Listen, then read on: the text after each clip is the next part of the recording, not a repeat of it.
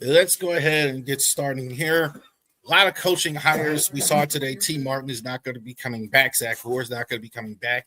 Zach Orr could be going to New York with John Harbaugh. I think that's a definite possibility as well. Anthony Weaver. So one of our very own is going to be the the defensive coordinator for the. I think I put offensive coordinator. So defensive coordinator. So Anthony Weaver understands play like a Raven.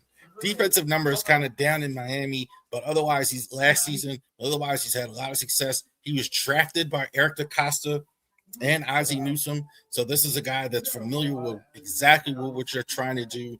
Definitely a head coaching candidate as well. Had for the most part success as a D coordinator. Got a head coach interview. So absolutely, that's a guy you're absolutely looking at. Declan Doyle. Declan Doyle was hired as the offensive coordinator. So we talked a little bit about that last week. We talked a little bit about Declan Doyle last week. 29 years old, so definitely the youngest play caller in the NFL. Emphasis on the word play calling with that. Emphasis on the word play calling. So he left the spot with the Bears probably because these young coordinators are getting wise. They need to become play callers in the full sense. They need to get the full credit.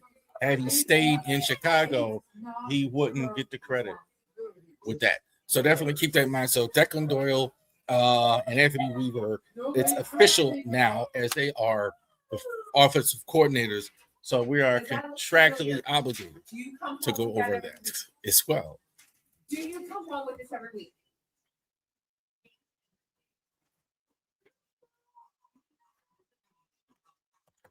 All right. So let's go ahead. So we've been talking about last week. We talked about what the Ravens need are. We talked about who free agents might be leaving. So now let's talk about what's on the board, right? So we're going to talk draft. We're going to get to that starting next week. But let's talk about free agency. Free agency is coming a little bit sooner. So we'll go ahead and start with the free agent talkers, and we'll talk about the draft talkers. We'll do the mock drafts and all that. And all that stuff. And all that stuff. So let's go ahead and get that squared away. Who's out there as far as targets? So again, let's reiterate last week what the needs are and aren't. Starting QB, running back, inside linebacker, safety, nose tackle. Kind of covered that. You're not going to replace Lamar. You're not going to replace Derrick Henry. You got the two solid guys, Trent Simpson inside, along with Teddy Buchanan, Roquan, safety. You did that in the first round last year, and you did go ahead and extend Travis Jones, etc. So probably maybe depth pieces only there. Free agents you might be looking at, we won't go over that, but as far as more in depth, but backup quarterback, punter, fullback, defensive end, center. Tyler Huntley is a free agent. See if they decide to bring him back. Punter, you got Jordan Stout's contract. Have to see if you decide to bring him back. Pat Ricard, I don't know. Big deal signing Declan Doyle. He was no fullback in the Bears offense. So I don't know if they're targeting or not. I don't know if you bring him back or not. That's the biggest. I'm not sure as well. Defensive end, good news on Matt Abuke. 25 years, tweeting out. Maybe he's going well. Possibly can come back. So possibly you don't need to go get a D end and look at it as well. And center, again, the contract issue with Tyler Linderbaum as well. All right, free agents. So least to greatest. So this is the position on targets as well that I think you need the most. We already just talked about A.J. Brown trade. You never know. A.J. Brown's certainly going somewhere. You are going to have this list be a little fluid in the sense of guys are going to get released, et cetera, after the Super Bowl. We'll see. But these are the guys that are going to hit the market or hit the franchise tags, et cetera, here in a couple of days after the Super Bowl as well. Let's go to the bottom. Let's start at the top. George Pickens might be the number one free agent in all of football as well. All pro season. Maybe you could argue last season he was the best receiver in the league. He's going to be a free agent. I don't. This is fascinating always because we never know what Dallas and Las Vegas are going to do. Right? Dallas is so unpredictable in everything they do. So I don't know what Dallas is going to do here. I'm not sure. I really not. So we'll see what Dallas does. Whoever it is going to be after George Pickens. If the Dallas Cowboys will go ahead and let him go. Alex Pierce for the Colts. So I think Alex Pierce, I think, is interesting. A lot of the people around the league like him. I'm not as convinced. I think he was with a good quarterback, their system, good quarterback. I think he definitely had good rapport with Daniel Jones last year. I mean, you saw that. So Pierce kind of overtook Pittman as the number one receiver. I'm kind of thinking they're going to resign, but interesting, put him on the board. These last three guys, I think, will be available. Debo Samuel in from the Commanders. Swiss Army knife. I think he's a player. I don't care what you have at receiver. You can always plug a guy like this in. So it'll be interesting to see. He is about 30 years old. So that'll be interesting. I think these two guys are solid. Jawan Jennings had 9 touchdowns this season for the Niners. Interesting out there as well. Rashid Salih, we're going to see him in the Super Bowl on Sunday. I think this guy is very impressive as well. So possibly you could put him on another team where he gets more touches. Interesting to see if they're doing that. Mike Evans is going to the Hall of Fame, thinking probably he goes back to Tampa. But if the Bucs don't re-sign him, I think he's going to be interesting being out there. May have something like, I can see him in a role similar to what D-Hop did last year, third down, etc. I can absolutely see that as well. Romeo Dobbs, I think, again, this is a very talented guy. Just a lot of injuries, I think, is his problem as well. So 6'5", tight end as well. So not looking for a starter, but could you be running more 2 tight ends? Again, with Declan Doyle here, maybe no fullback. That's a thing as well, and see if that's an issue. Kyle Pitts, I think, is the number one. So Kyle Pitts finally got the season that they were looking for from them. Pitts, I think, had his best season of his career last year. So it's good timing. He's going to be on the free agent market. Probably overpriced for the Ravens, but certainly they're going to keep an eye on it. Hey, this organization likes tight ends. Tight ends are definitely, if there's nothing else, they're less expensive than receivers. So if you can get a Kyle Pitts, he shows interest. I think the Ravens would have interest in that. Dallas Goedert, I think, is number 2. I think he's solid for a year no matter where he goes. I think he could go back to Philly. He could go to a number of teams. But I think he's a solid tight end no matter where he goes. Solid contributor at tight end. Isaiah Likely of the Ravens, I have number 3. I don't think he comes back. I think he's going to want more than what the Ravens are going to offer. But certainly they're going to talk to him, being that they've already had him here. So I think that could be interesting. David Njoku, kind of a lesser version of a Dallas Goedert. As a guy maybe you don't want to build around long term, but are you going to get a solid 600-700 yard season out of him? I think that's certainly possible. Travis Kelce, we're assuming he's going back with the Chiefs if he keeps playing, but he's out there, right? He doesn't have a contract, so it's worth keeping an eye on for sure. And I think on the list, obviously, our other guy, Charlie Kolar, backup tight end. I definitely think that's a little more likely for the Ravens as well. I do think again, interesting. Flying to work. John Harbaugh in New York. Now Todd Monken in Cleveland. Both of those guys are familiar with Charlie Kolar. So good for him. He's got some options here as well. Darren Waller, I think, also too decent enough for a year. I think the only thing wrong with him, he's got to stay healthy as well for a year. Number 4, cornerback. This guy's one of the better quarterbacks in the league. I think the last time his contract came up, he was kind of in the same spot. Jamel Dean for the Bucs. I think the Bucs could franchise him, but definitely he's on the board. Why is this on the board again? Marlon Humphrey contract possibly could be getting released. We'll see as well. Awuzie, free agent. He's on the list under notable, but we'll see about him there as well. Nate Wiggins is really the only guy you have for sure back there that's a veteran as it is. So to me as well, Tariq Wooten I think is fantastic. It's funny. You watch, I see Nate Wiggins, I see Tariq Wooten. It would be just like what you saw a lot of the prime years of Marlon Humphrey and Marcus Peters. So we got Marcus Peters in reference. Wooten, I think, hot-headed, definitely got the stupid flag in the championship game. Very talented guy, very confident. Kind of in that Richard Sherman, Marcus Peters type. So definitely fascinating player. So definitely look at that. Jalen Watson, good numbers, good metrics. Some people think it's because he's in that Chiefs system. Bit of a dime, bit of a nickelback. We'll see as well. I think this is a little more realistic as far as what the Ravens would do here as well. Rasul Douglas, I think, had good numbers. Anthony Weaver is certainly familiar with him playing in the Dolphins as well. Decent season last year. Asante Samuel, wondering kind of last year why I wasn't more interest. Had an injury, missed a lot of the season. Now he's back. Asante Samuel from the Squealers.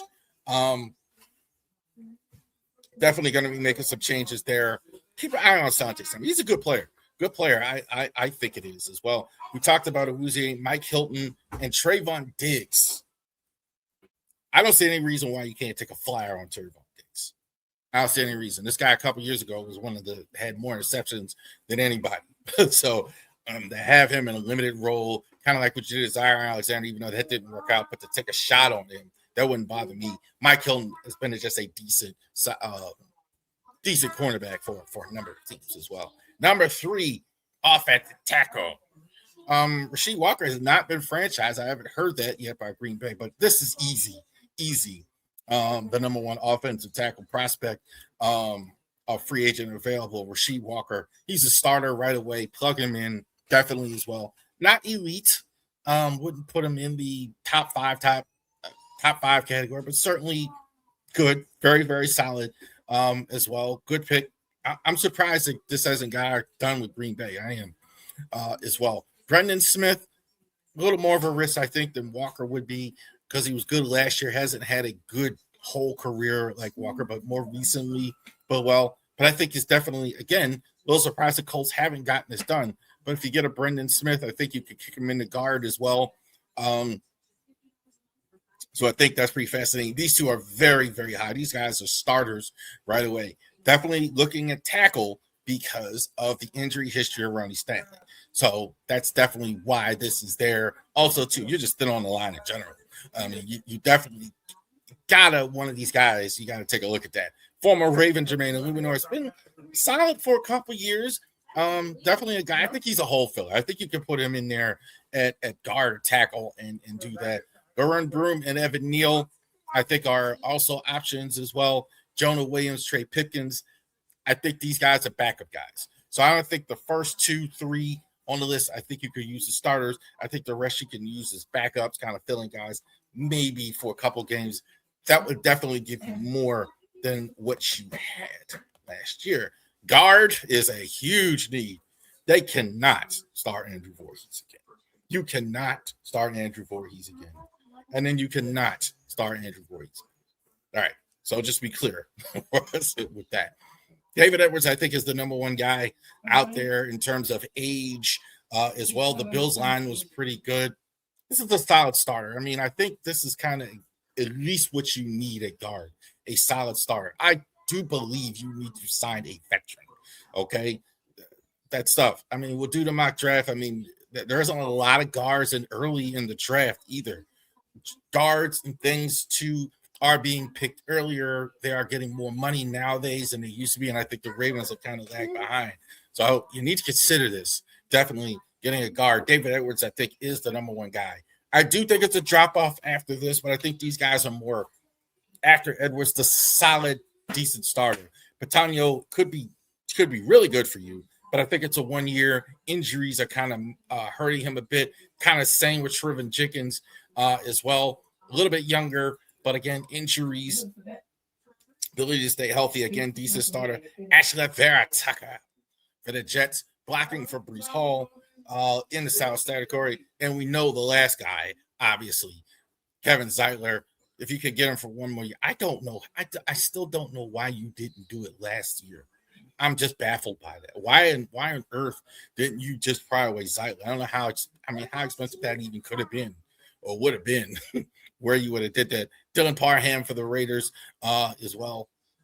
That's a guy, more of a backup type as a guy. Edwards, I think, would be a long-term option. And the other guys, I think, are more one-year starters. Last spot, I think, is the biggest need on your team, the edge rush as well. Trey Hendrickson is fascinating. I think there might not be one of these guys. He's certainly a top 5 edge rush in the league. You could pick. I'll take. I mean, probably the only guy I would say just rushing the quarterback when healthy, probably ahead of him for sure would be Myles Garrett. That includes Matt Crosby, Trey. That includes anybody else you want to say. He's not as good against the run. I've always kind of noticed that, and so it'll be interesting to see in Anthony Weaver's defense as well. And this guy is available for sure. The Bengals can't franchise him again, so he's definitely out there. I think there is a drop-off after him. Jalen Phillips, I think, is fascinating. I think it's a bit of a projection, even though he's been good, but I don't know if he's great. But I think it's worth it. It'll be interesting to see. This is a guy where if you don't sign him, he goes to another team, and he kind of has that. This is a guy also, too, new defensive coordinator, Anthony Weaver is familiar with, played in Miami. So I definitely think that's on the radar. Very good for the Eagles this past season. 2 guys Jesse Minter is familiar with, Khalil Mack and Adafi Owe. Owe definitely played well definitely played well in Los Angeles. So that's good. I'm not sure they want to bring in. I think it'll be fascinating to see. This is very interesting because Minter's here. Liked him, wanted him there in Los Angeles as well, played well there. How does Eric DeCosta feel? How do they feel about Owe as well? So that's fascinating. I think an easier option would be Khalil Mack, a guy certainly familiar with the defense, 30-something years old, about 35, I think. Good one-year veteran option as well. Definitely if you want to have a mentor guy like a Mike Green on the other side, I think that's not at all a bad idea to bring in a Khalil Mack. I think he's definitely got something there.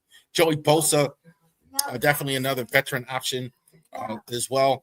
Bosa, solid with the Bills. Again, just got to stay healthy, keep him on the field. Malcolm Kuntz, Hassan Reddick there as well. Reddick, I love him as a pass rusher. Kind of everything I said about Hendrickson is kind of true even more with Reddick.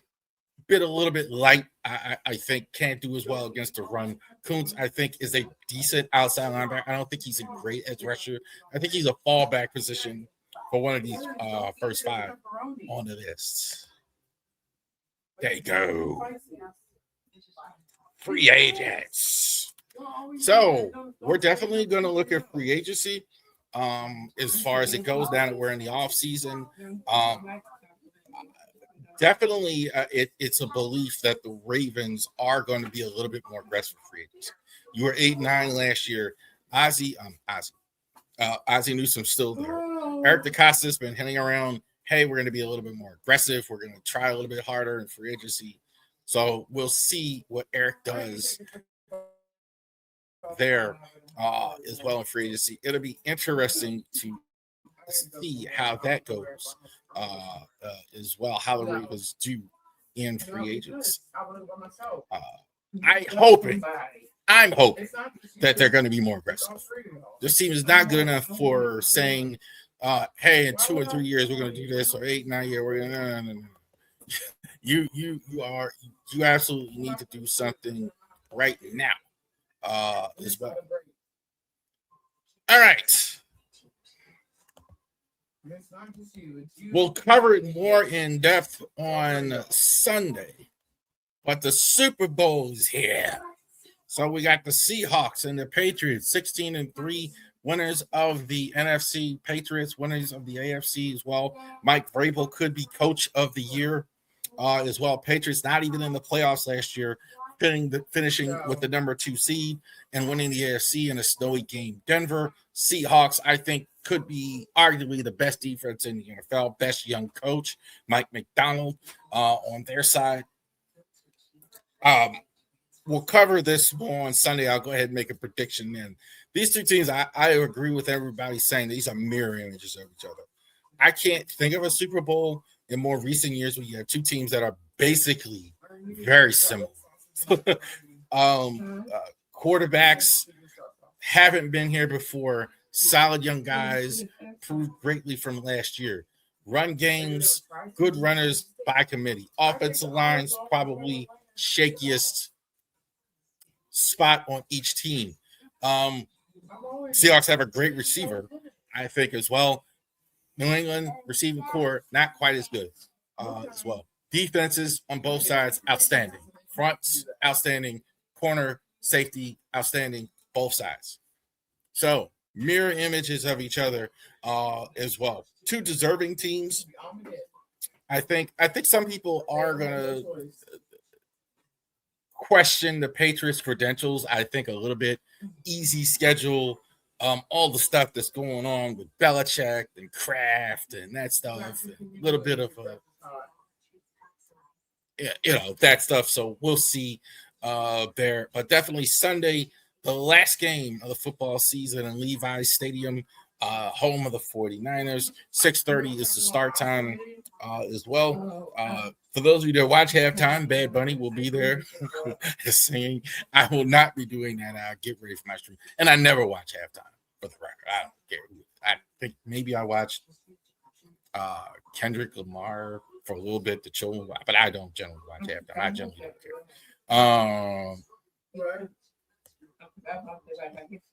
But definitely check it out. Sunday, the Super Bowl